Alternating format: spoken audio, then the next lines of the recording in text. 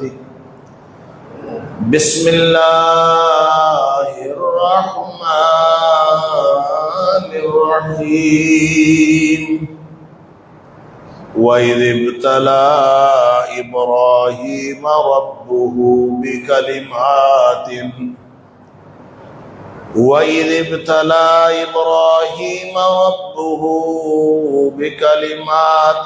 فَأَتَمَّهُنَّ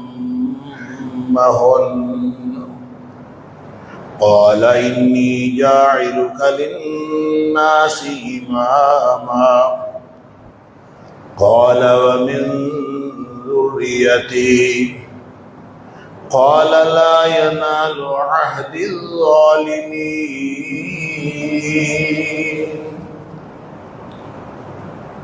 اس وقت کو یاد کرو جب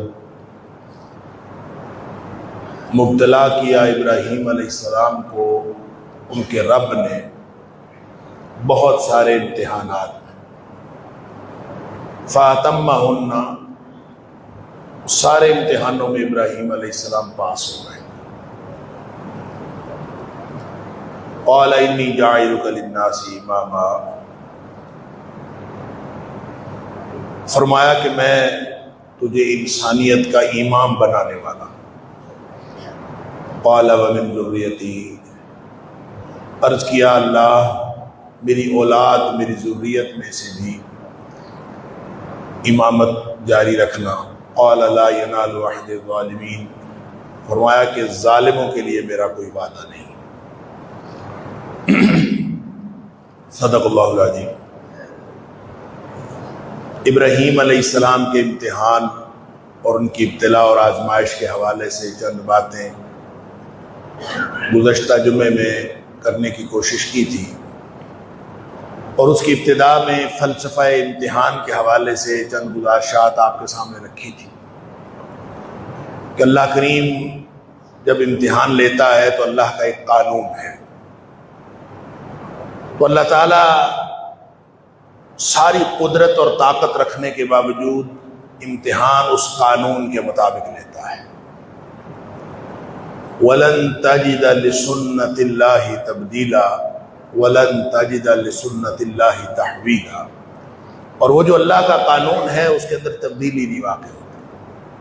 وہ ایک قانون ہے، اللہ نے بنا دیا ہے، قدرت اس کی ہے البتہ ہے، لیکن ایک اس کی سنت بھی ہے۔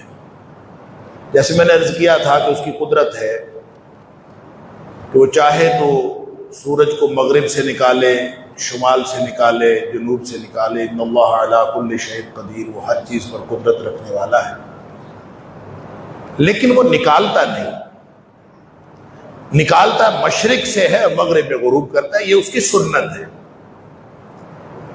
لہذا اللہ جب امتحان لیتا ہے تو اپنی سنت کے مطابق لیتا ہے، اپنے قانون کے مطابق لے، جو اس نے قانون خود بنایا۔ اور یہ ایک الگ بات ہے کہ امتحان میں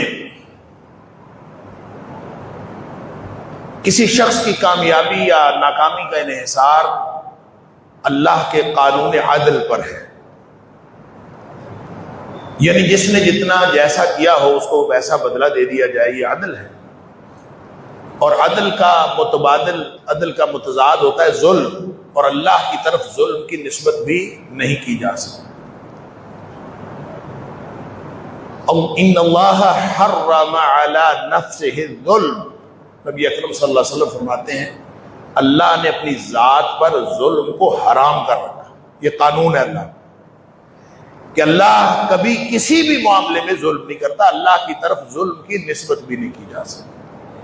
ہر امتحان، ہر قانون اللہ کا قانون عدل کی بنیاد پر لاگو ہوتا ہے،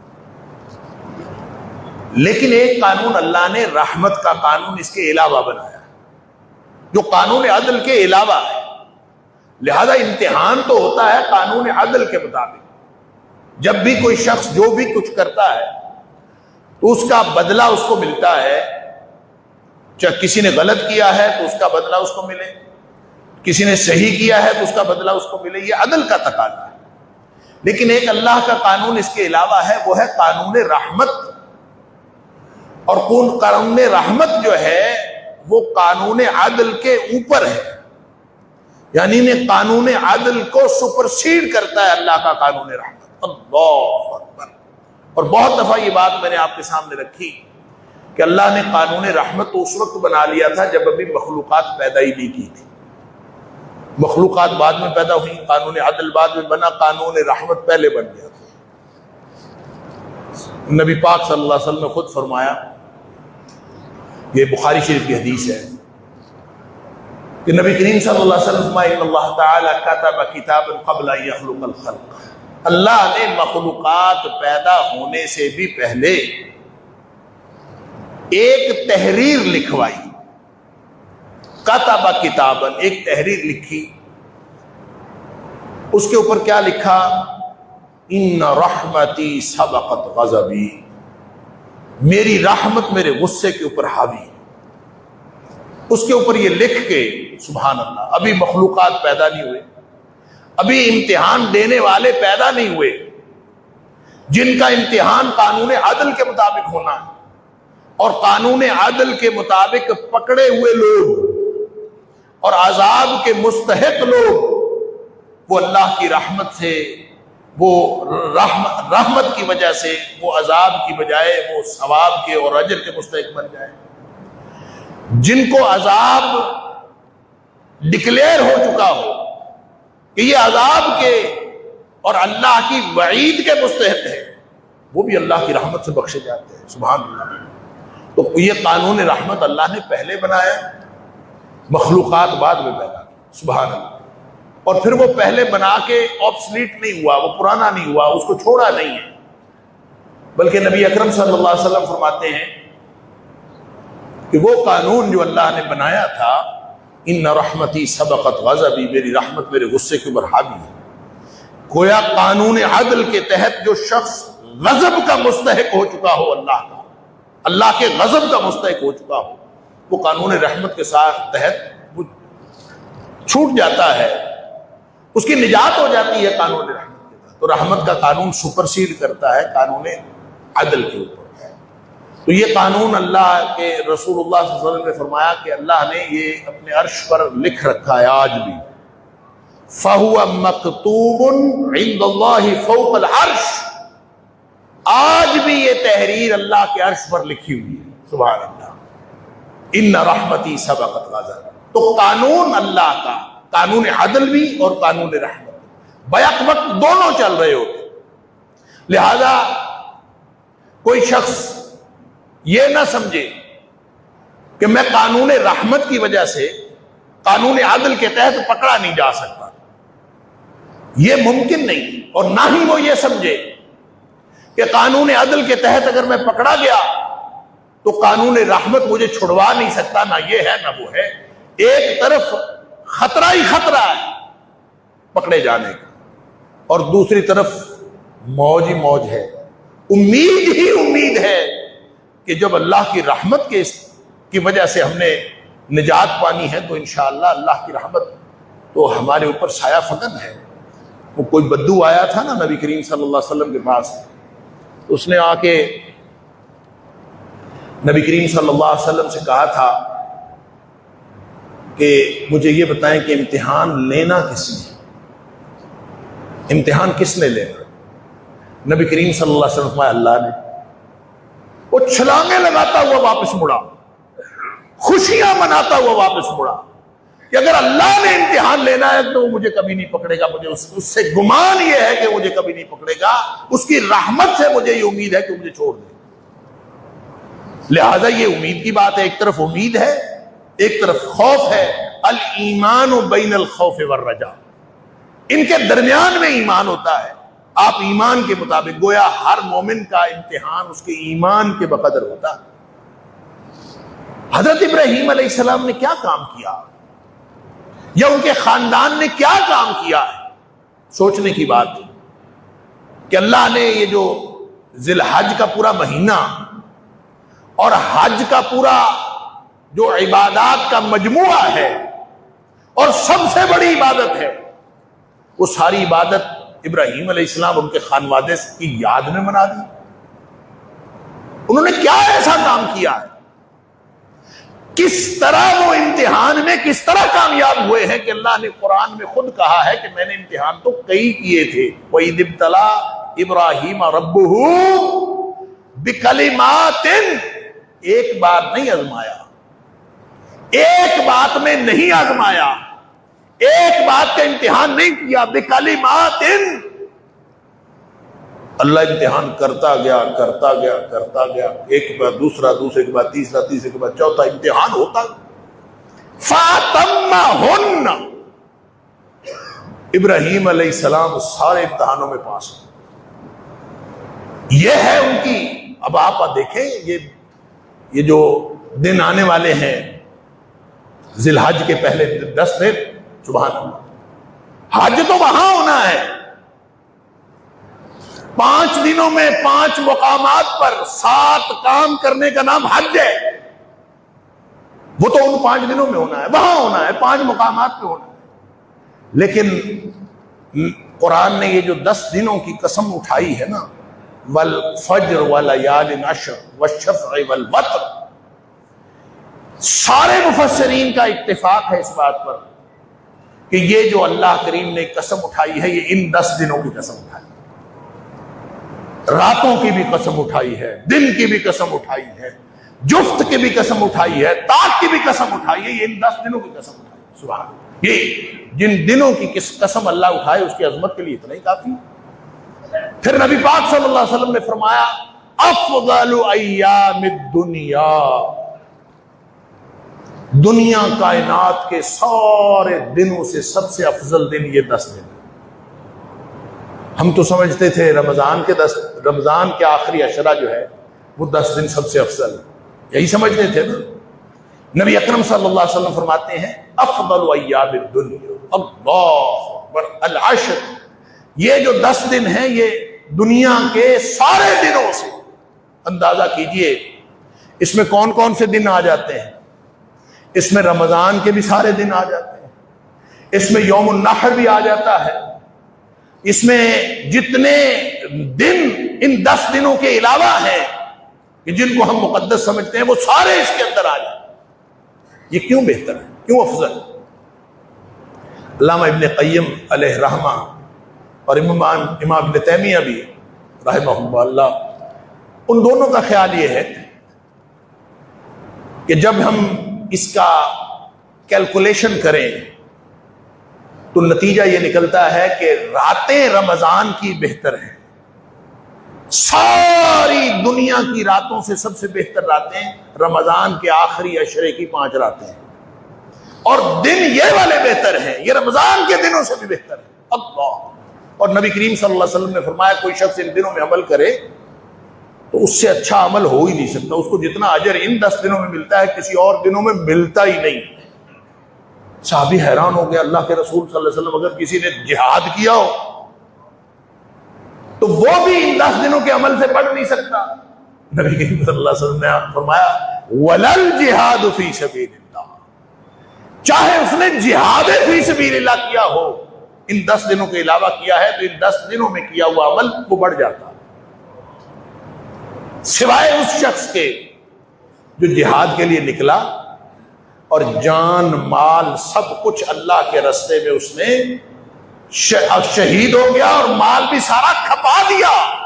اگر اس کا مال جان سب کچھ اللہ کے راستے میں کھپ گیا تو وہ تو بڑھ سکتا ہے اس شخص سے عمل کے اعتبار سے جس نے ان 10 دنوں میں عمل کیا، وگرنہ جہاد کرنے والا بھی نہیں بڑھ سکتا.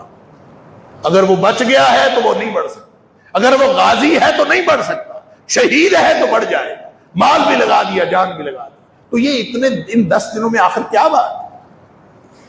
پھر اس میں یوم عرفہ ہے، 9ویں تاریخ. نبی اکرم صلی اللہ علیہ وسلم نے فرمایا جتنے لوگوں کی بخشش اللہ یوم عرفہ کو کرتا ہے کسی دن نہیں کرتا.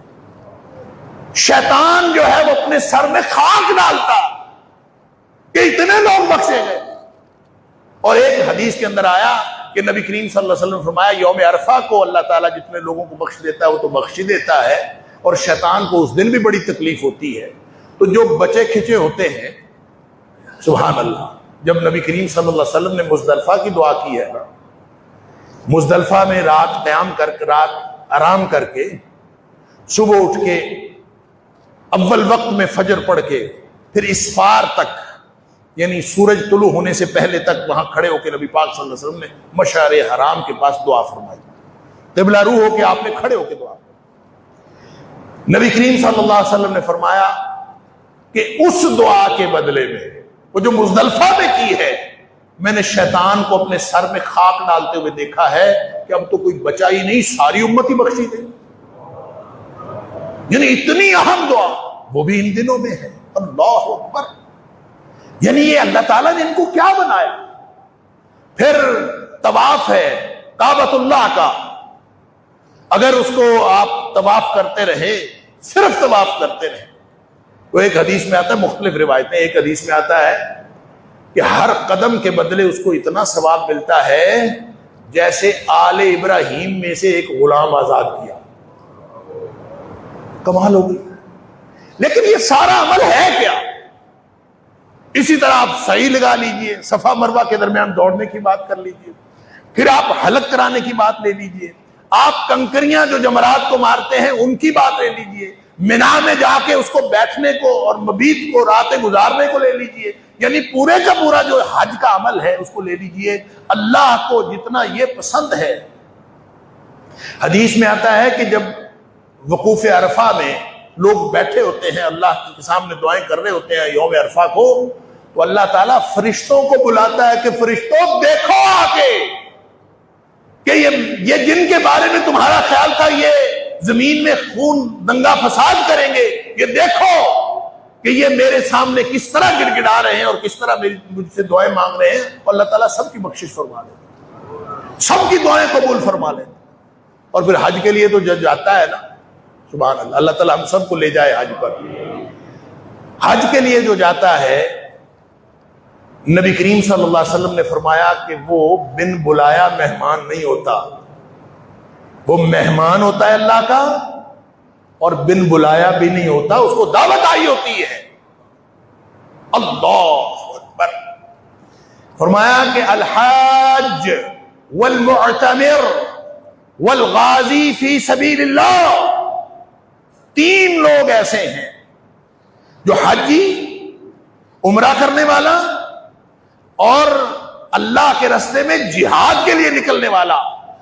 نبی کریم صلی اللہ علیہ وسلم فرمایا وفد اللہ الحاج والمعتمر والغازی فی سبیل اللہ وفد اللہ, یہ اللہ کے مہمان ہیں, اللہ کے مہمان ہیں. اللہ نے اور فرمایا دعاہم, یہ بن بلائے مہمان نہیں ہے, اس نے ان کو بلایا ہے.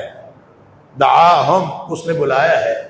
فاجابوہ, انہوں نے تو بس لبیک کہا ہے, اس نے بلایا ہے, انہوں نے لبیک کہا ہے. اور لبیک یہ جو تلبیہ پڑھا جاتا ہے, آپ دیکھ لیجئے کہ عرب کے کلچر میں کبھی بھی لبیک استیناف کلام میں نہیں ہوتا.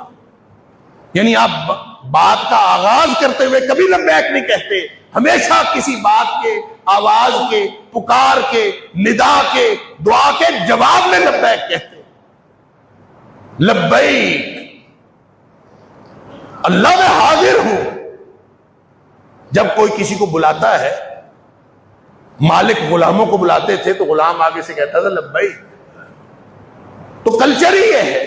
تو جب آپ نے لبیک کہنا شروع کر دیا تو آپ کا لبیک کہنا اور حاجی کا اور عمرہ کرنے والے کا لبیک کہنا اس بات کی علامت ہے کہ ان کو کسی نے بلایا ہے, ان کی آواز, ان کو آواز دی ہے اور یہ لبیک کہتے ہوئے چل پڑے. سبحان اللہ تعالیٰ ہم سب کو یہ سعادت نصیب کرے. میں اس طرف آپ کی توجہ دلانا چاہتا ہوں کہ یہ سارے کا سارا عمل, یہ سارے کے سارے ایام, یہ ابراہیم علیہ السلام اور ان کے گھرانے کے گرد گھومتے. وہ کیا کام تھا جو اس گھرانے نے کیا؟ اللہ نے قرآن میں فرمایا کہ جس طرح نبی پاک صلی اللہ علیہ وسلم کی حیات طیبہ میں تمہارے لیے اسوہ حسنہ ہے, اسی طرح ابراہیم علیہ السلام اور ان کے ساتھی جو اہل ایمان ہیں ان کی زندگی میں بھی تمہارے لیے نمونہ ہے.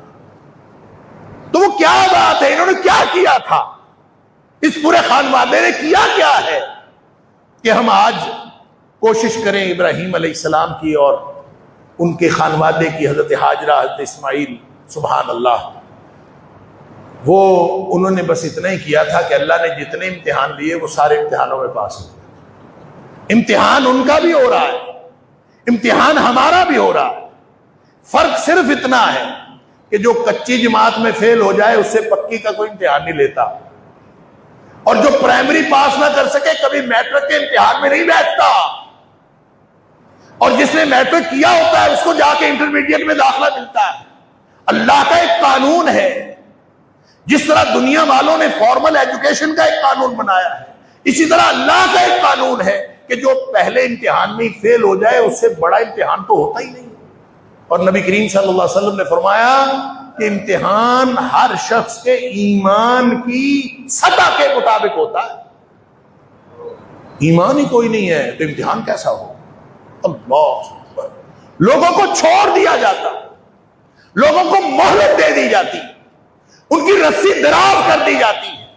امتحان اس سے لیا جاتا ہے جو جتنا زیادہ مومن ہوتا ہے، جتنا ایمان پختہ ہوتا ہے، اللہ تعالیٰ اتنا زیادہ امتحان لیتا ہے۔ نبی پاک صلی اللہ علیہ وسلم فرماتے ہیں جتنا انبیاء کو آزمایا گیا ہے کسی کو نہیں آزمایا گیا، اور فرمایا جتنی آزمائشیں اور ابتلائیں میرے اوپر آئی ہیں محمد کریم صلی اللہ علیہ وسلم کے اوپر اتنی کسی پر نہیں۔ اور آپ بھی دیکھ لیجئے امتحان کا معاملہ ہے سارا۔ اگر اس امتحان میں آپ پاس ہیں تو پہلا امتحان، اللہ اکبر، وَلَقَدْ آتَيْنَا إِبْرَاهِيمَ رُشْدَهُ مِنْ قَبْلُ وَكُنَّا بِهِ عَالِمِينَ۔ پہلا امتحان جو اللہ تعالیٰ فرماتا ہے نبوت سے پہلے ہی ایک شعور تھا جو ابراہیم کو ہم نے دے رکھا تھا۔ وَلَقَدْ آتَيْنَا إِبْرَاهِيمَ رُشْدَهُ، ایک شعور تھا، وہ توحید کا شعور۔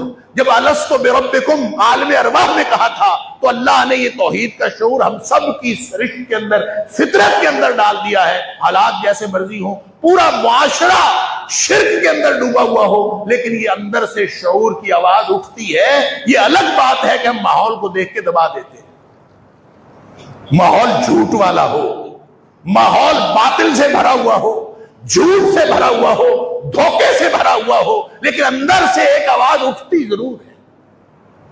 وہ آواز ہے جس کو اللہ تعالیٰ فرماتا ہے وَلَقَدْ آتَيْنَا إِبْرَاهِيمَ رُشْدَهُ مِنْ قَبْلُ، اس سے پہلے کہ یہ جو نبوت ملی، جو حضرت ابراہیم علیہ السلام کو اللہ تعالیٰ نے مقام و مرتبہ اور شان عطا فرمائی اور امام انسانیت بنا دیا، اپنی امت کا امام نہیں بنایا، اپنی امت کا امام نہیں، للناس اماما، ساری انسانیت کا امام بنایا۔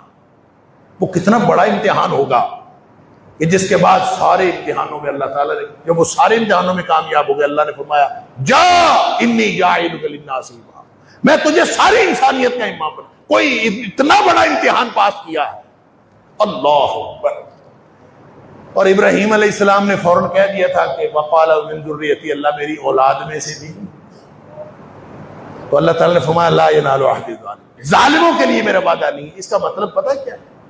لوگ سمجھتے ہیں شاید اللہ تعالیٰ نے نبی کریم صلی اللہ حضرت ابراہیم علیہ السلام کی یہ دعا قبول نہیں فرمائی۔ یہ قبول نہیں فرمانے کا یہ علامت نہیں ہے، یہ فقرہ قبول فرمانے کی علامت ہے۔ قبول فرما لی، لیکن شرط لگا دی کہ جو تیرے اسوہ پر ہوگا اس کے لیے امامت انسانیت موجود ہے۔ لا ینال عہد الظالمین، جو ظالم ہوگا اس کے لیے میرا کوئی وعدہ نہیں ہے۔ اس کا مطلب ہے جو ظالم نہیں ہوگا آپ کی نسلوں میں سے وہ بھی امامت انسانیت کے مرتبے پر فائز ہوگا۔ تو وعدہ تو پورا کیا، دعا تو پوری ہوئی، دعا تو اللہ تعالیٰ نے قبول فرمائی۔ اسی لیے حضرت ابراہیم علیہ السلام کی جو اولاد ہے، 3 لڑیاں ہیں حضرت ابراہیم علیہ السلام کی اولاد۔ ایک تو بنی اسرائیل ہے جس کو ہم بنی اسرائیل کہتے ہیں، حضرت اسحاق علیہ السلام کی اولاد۔ نبی اکرم حضرت ابراہیم علیہ السلام کی 2 بیویاں جو بہت معروف ہیں، حضرت سارہ اور حضرت ہاجرہ۔ تو حضرت ہاجرہ سے اسماعیل پیدا ہوئے اور حضرت سارہ سے اسحاق پیدا ہوئے۔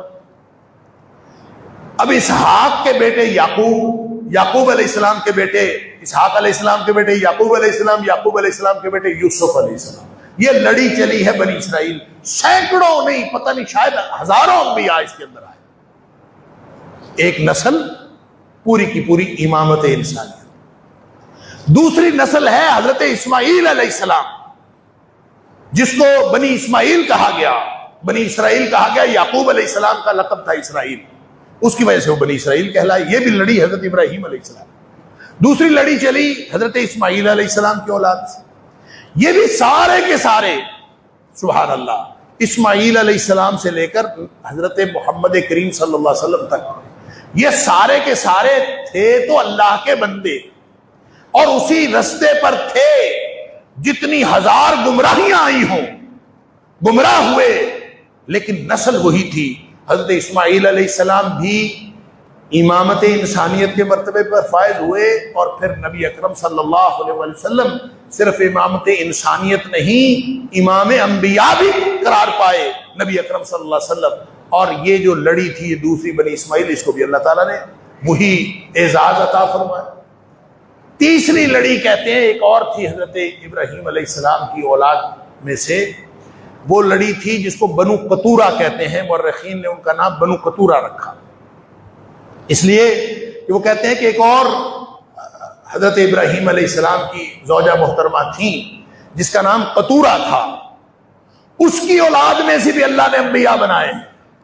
اور یہ جو مدین کے انبیاء ہیں جس میں بہت معروف حضرت شعیب علیہ السلام ہے، تو یہ انہی میں سے تھے جو بنو قطورہ ہے. گویا اللہ تعالیٰ نے تیسری نسل میں بھی انبیاء کا سلسلہ جاری رکھا. تو دعا قبول ہوئی کہ نامقبول ہوئی؟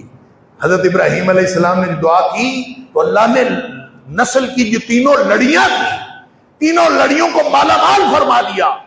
تو گویا جب فرمایا تھا قال ومن ذریتی، اللہ میری اولاد میں سے بھی، اور اللہ نے فرمایا لا ینال عہد الظالمین، تو اس کا مطلب تھا جو ظالم نہیں ہوگا اس کو امامت انسانیت ملے گی. لہذا پوری لڑی کے اندر اللہ تعالیٰ نے امام رکھ دیے، اور نبی اکرم صلی اللہ علیہ وسلم تک امامت انسانیت چلتی رہی. اور پھر نبی پاک صلی اللہ علیہ وسلم کی امامت یہ قیامت کی دیواروں تک چلے گی. تو دعا تو قبول ہوئی، دعا نامقبول تو نہیں ہوئی. ہاں اولاد میں سے کوئی خود ظالم ہو جائے اس کے لیے کوئی وعدہ نہیں، اس کے لیے نہ تب تھا نہ آج ہے. تو وہ عادل بننا، ظالم کے مقابلے میں عادل. ظلم شرک کو بھی کہتے ہیں کیونکہ قرآن نے کہہ دیا ان الشرک لظلم عظیم. تو سب سے اولین معنی ظلم سے مراد شرک ہے، اور وہ اس لیے ہے کہ عدل کہتے ہیں حقدار کو حق دینا، اور ظلم کہتے ہیں حقدار کو حق نہ دینا. تو کائنات میں سب سے بڑا ظلم یہ ہے کہ کوئی اللہ کو اللہ کا حق نہ دے. اس لیے فرمایا ان الشرک لظلم عظیم. باقی کسی کو بھی حق نہ دینا ظلم ہے. تو جو بھی ظالم ہوگا اس کے لیے اللہ کا کوئی وعدہ نہیں. اب اللہ نے ابراہیم علیہ السلام کو اور ان کے خاندان کو وہ کس چیز سے نوازا تھا؟ وہ امتحانوں میں کامیابی تھی جس کی وجہ سے اللہ تعالیٰ نے ان کو یہ سارا کچھ عطا فرمایا. جو بھی امتحان ہوا، لیکن پہلا امتحان شعور کا امتحان تھا. میں اور آپ اس امتحان میں فیل ہیں، اس لیے ہم سے بڑے امتحان نہیں لیے جاتے. اگلا امتحان ہم سے لیا ہی نہیں جاتا. ہمارے شعور کے اندر توحید موجود ہے، ہمارے شعور کے اندر سچ موجود ہے، سچ کا ساتھ دینا موجود ہے، کونوا مع الصادقین کا قرآن کا حکم موجود ہے. لیکن ہم سارے اپنے لالچ کی وجہ سے، اپنی کمزوریوں کی وجہ سے، ماحول کی وجہ سے، اپنے خوف کی وجہ سے ہم جھوٹ کا ساتھ دیتے ہیں، سچ کا ساتھ نہیں دے پاتے.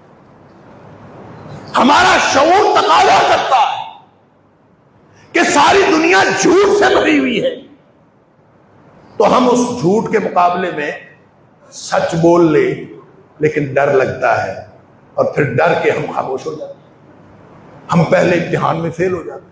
یہ ہے وہ امتحان کا فلسفہ جو ابراہیم علیہ السلام پر اپلائی ہوا تو وہ پاس ہو گئے. انہوں نے بھی جو ماحول دیکھا تھا وہ سارا ماحول شرک سے بھرا ہوا تھا، بلکہ اپنے گھر میں شرک تھا. تو ابراہیم علیہ السلام کو تو اگر ہمارے کردار کا جائزہ لیا جائے اور ہماری مصلحتوں کا جائزہ لیا جائے تو خاموش ہو جانا چاہیے. اصل بات یہ ہے ابراہیم علیہ السلام نے اپنا آپ اپنے اللہ کے سپرد کر دیا. ان صلاتی و نسکی و محیای و مماتی للہ رب العالمین. جب اپنا آپ نے اللہ کے سپرد کر دیا، اس کو کہتے ہیں کمپلیٹ سبمیشن. یہ جو کمپلیٹ سبمیشن ہے یہی اللہ چاہتا ہے کہ آپ مکمل اللہ کے سامنے کامل سپردگی اختیار کرو. اگر آپ نے کامل سپردگی اختیار نہیں کی تو اس کا مطلب آپ تو امتحان میں فیل ہو گئے. ابراہیم علیہ السلام نے کامل سپردگی اختیار کی. لہذا وَلَقَدْ آتَيْنَا إِبْرَاهِيمَ رُشْدَهُ مِنْ قَبْلُ، وہ جو پہلے کی دیا ہوا شعور تھا، جو پہلے کی دی ہوئی ہدایت تھی، جو پہلے کا دیا ہوا رشد تھا، اللہ فرماتا ہے اس کے مطابق بولا ابراہیم. وَكُنَّا بِهِ عَالِمِينَ، ہمیں معلوم بھی تھا کہ جو ہر ایک کو صلاحیت دی ہے وہ ابراہیم کو بھی دی ہے. تو اس شرک کے معاشرے میں ابراہیم بول پڑا.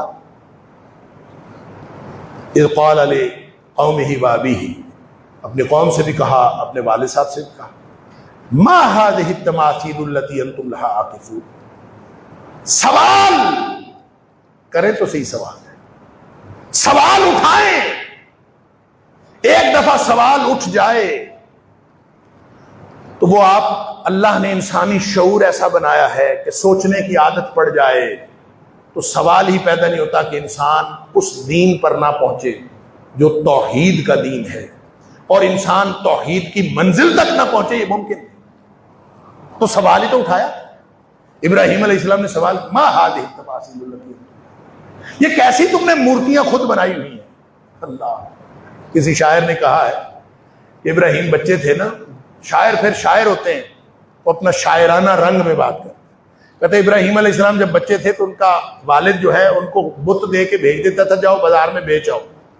جیسے ہمارے پڑوسی ملک میں بکتے ہیں، بنا کے بت بیچتے ہیں، اسی طرح اس ماحول میں بکتے تھے. تو کہتے ہیں کہ ابراہیم علیہ السلام جب لے کے جاتے تھے تو لوگوں کو کہتے تھے کہ ہیں تو یہ خدا، اور وہ ان کو اس طرح نہیں لے کے جاتے تھے کہ کسی ریڑھی پر یا کسی چھابڑی پر. کہتے ہیں کہ ان کو رسی باندھ لیتے تھے اور رسی باندھ کے گھسیٹتے جاتے تھے اور کہتے تھے یہ خدا ہے، کسی نے لینا ہے تو لے لو. رسی بتوں کو باندھ کر پھرتے تھے لے کر در بدر، لے لو خدا، بازار میں دیتے صدا، لے لو خدا لے لو خدا. بے زور ہیں، کمزور ہیں، آنکھیں بھی ان کی کور ہیں، بگڑی بنا سکتے نہیں، مکھی اڑا سکتے نہیں. یعنی کیا تھا؟ یہ شعور تھا. ابراہیم علیہ السلام نے جو بات نبی بن کے سوالات کیے کہ کس چیز کی بندگی کرتے ہو، انہوں نے کہا ہمارے بت ہیں، ہم ان کی فنظل ہم عاکفین، ہم ان کے اوپر مجاور بن کے بیٹھے ہیں، ہمارے بت ہیں. تو سوال یہی تھا، کیا وہ هل يسمعونكم اذ تدعون او ينفعونكم او تضرون، کیا جب تم بات کرتے ہو تو یہ سنتے ہیں، یا تمہیں کوئی فائدہ پہنچاتے ہیں، یا تمہارا کوئی نقصان کر سکتے ہیں؟ کہ کیسے خدا ہے؟ اللہ، اس معاشرے کے اندر سوال اٹھانا. آج بتائیں میرے اور آپ کے سمیت ہم سب گونگے شیطان ہیں، ہم جھوٹ کو جھوٹ تک نہیں کہہ سکتے، اور ہم جو پہلے امتحان میں فیل ہو گئے تو اگلا امتحان کس نے لینا؟ ابراہیم علیہ السلام پہلے امتحان میں پاس ہوئے، اللہ نے اگلا امتحان ڈال دیا. اس قوم کے سامنے صرف باپ نے نہیں نکالا گھر سے، قوم کے سامنے کھڑے ہو گئے، یہ کیسی کس چیز کی بندگی کرتے ہو؟ پھر ان کو سمجھانے کے لیے بت توڑنے پڑے، ساری قوم ڈٹ گئی. ایک اکیلا شخص کر کیا سکتا؟ سوال اٹھا سکتا. بڑے کو چھوڑ دیا، باقی سب کے ٹکڑے کر دیے اور اس کے کندھے پہ کلہاڑا بھی رکھ دیا. انہوں نے کہا ہمارے بتوں کے ساتھ کیا کسی نے کیا؟ کہتے ہیں جی فلاں لڑکا ہے ابراہیم نامی، وہ ان کے بارے میں بری بری باتیں کرتا ہے، اسی نے کیا ہوگا. بلا لیا، تو نے کیا؟ انہوں نے کہا بڑے سے پوچھ لو. ان کا یہ تو بولتا نہیں. تو فرمایا یہی تو میں کہتا ہوں کہ نہ یہ بولتے نہ یہ فائدہ دیتے ہیں. پھر ساتھ انہوں نے کہا یہ کیسے توڑ سکتا ہے؟ تو کہتے ہیں یہی تو میں کہتا ہوں، یہ نہ توڑ سکتا ہے نہ بنا سکتا ہے، یہ تو کچھ بھی نہیں کر سکتا. یوں نہیں سمجھ آتی. اللہ اکبر. اللہ کی توحید، سبحان اللہ، جس کی مت ماری ہو وہ مشرک ہوتا ہے. ذرا بھی شعور ہو، ذرا بھی شعور، انسان مشرک نہیں رہ سکتا. کبھی سوچا ہے ڈھیری کے اندر پڑا ہوا منو مٹی کے نیچے، وہ تو ڈائریکٹ سنتا ہے، اور وہ اللہ جس نے اعلان کیا ہوا ہے اجیب دعوت الداعی اذا دعان، وہ ڈائریکٹ نہیں سنتا. انا للہ و انا الیہ راجعون، انا للہ و انا. یہی ابراہیم سمجھاتے رہے، پاس ہوتے گئے. انہوں نے کہا آگ میں پھینکیں گے، پھینک دو آگ میں. اب کمپلیٹ سبمیشن نہ ہو تو پھر میں اور آپ ہم سوچنا شروع کر دیتے. اقبال نے اس کو عشق کہا ہے. اقبال کہتا ہے کمپلیٹ سبمیشن کا نام ہے عشق. آپ سوچنا چھوڑ دیں، آپ صرف یہ سوچیں میرے اللہ کا حکم ہے، میرے اللہ کے رسول صلی اللہ علیہ وسلم کا حکم ہے، بات ختم. سوچنا ہی چھوڑ دیں. وہ کہتا ہے پختہ ہوتی ہے اگر مصلحت اندیش ہو عقل. انسان اگر مصلحتیں ڈھونڈے نا، پھر اقبال نے عشق اور عقل کا موازنہ کیا. عقل والے وہ سیانے ہیں جو اللہ کے سامنے جزوی طور پر سبمٹ کرتے ہیں اپنے آپ کو، کمپلیٹ سبمیشن نہیں کرتے. اللہ اکبر. عشق فرمودہ قاصد سے صبح گام عمل، عقل سمجھی ہی نہیں مانی پیغام ابھی. اللہ اکبر. اقبال کہتا ہے کہ جب آپ کو پیغام ملتا ہے نا تو جس شخص نے کامل وابستگی کا اظہار کیا ہوتا ہے. اس لفظ پہ نہ جائیں کہ اقبال نے عشق کا لفظ کیوں استعمال کیا ہے. اقبال نے عشق کا لفظ کامل وابستگی کے لیے اختیار کیا ہے، کیونکہ اقبال نے دوسری جگہ اقبال کہتا ہے کہ یہ جو عشق ہے شیشہ دہر میں مانند مے ناب ہے. عشق پوری اس کائنات کے اندر جو جذبہ کار فرما ہے اسی کا نام اس نے عشق رکھا ہے. روح خورشید ہے، خون رگے مہتاب ہے عشق. سورج اور چاند جس حکم کے تحت کام کر رہے ہیں وہ عشق کا ہی تو اظہار کر رہے ہیں. اللہ نے جو حکم دیا ہے، قرآن کہتا ہے وَالْقَمَرَ قَدَّرْنَاهُ مَنَازِلَ حَتَّى عَادَ كَالْعُرْجُونِ الْقَدِيمِ لَا الشَّمْسُ يَنبَغِي لَهَا أَن تُدْرِكَ الْقَمَرَ وَلَا اللَّيْلُ سَابِقُ النَّهَارِ وَكُلٌّ فِي فَلَكٍ يَسْبَحُونَ. چاند، سورج، ستارے، پوری کائنات یہ اللہ کا حکم مان رہی ہے. اقبال نے اسی کو عشق کہا. پھر اقبال کہتا ہے اگر یہ دل میں ہو کہ میں نے اللہ کا حکم کا ماننا، کامل سبمیشن ہو، تو پھر انسان یہ نہیں سوچتا کہ کیا ہوگا، میں آگ میں پھینکا جاؤں گا تو کیا ہوگا، آگ میں چھلانگ لگاؤں گا تو کیا ہوگا، آگ میں چھلانگ لگاؤں گا تو کیا ہوگا.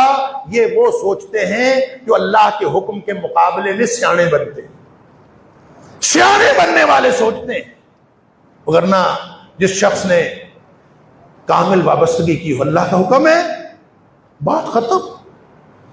صرف یہ دیکھتے ہیں کہ حکم ہے. پختہ ہوتی ہے اگر مصلحت اندیش ہو عقل، عشق ہو مصلحت اندیش تو ہے خام ابھی.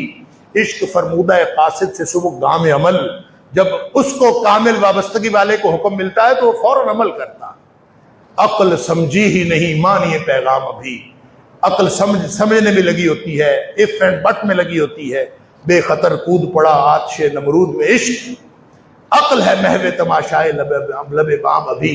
جو لوگ سوچنے میں پڑ جاتے ہیں کہ اللہ کا حکم ہے، مانیں گے تو یہ ہوگا، نہ مانیں گے تو یہ ہوگا، یہ نقصان ہوگا، یہ ہوگا. اس طرح کے جزوی مسلمانوں کو اللہ تعالیٰ پسند نہیں کرتا. اللہ جن مسلمانوں کو پسند کرتا ہے وہ ہیں جو اللہ کے حکم کے اوپر مرنے مٹنے کے لیے تیار ہو جائیں. اور اسی کا خلاصہ ہے ان صلاتی و نسکی و محیای و مماتی للہ رب العالمین.